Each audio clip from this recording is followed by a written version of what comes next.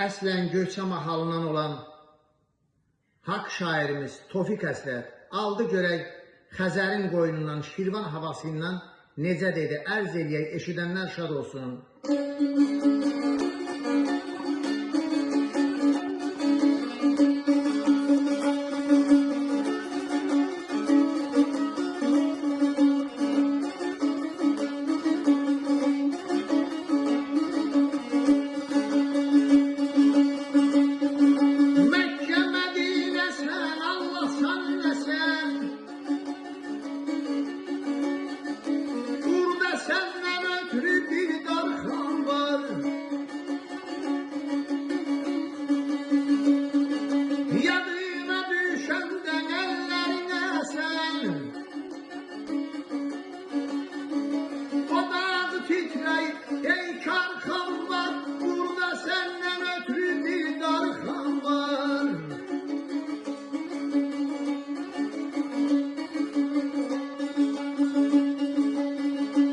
Məkkə Mədinəsən, Allahsan, nəsən, burada səndən ötürü bir darxan var.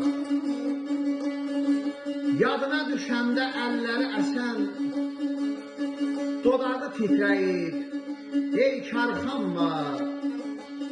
Burada səndən ötürü bir darxan var.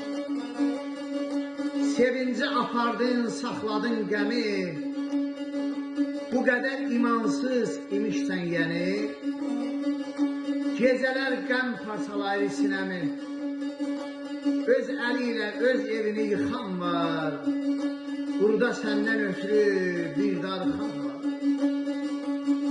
Mürgüləyən xatirələr oyanır, nəfəs gəlir gedir, ürək dayanır, aşkar-aşkar ağlamağa utanır, göz yaşları ürəyində axan var, burada səndən ötürü bir darxan var.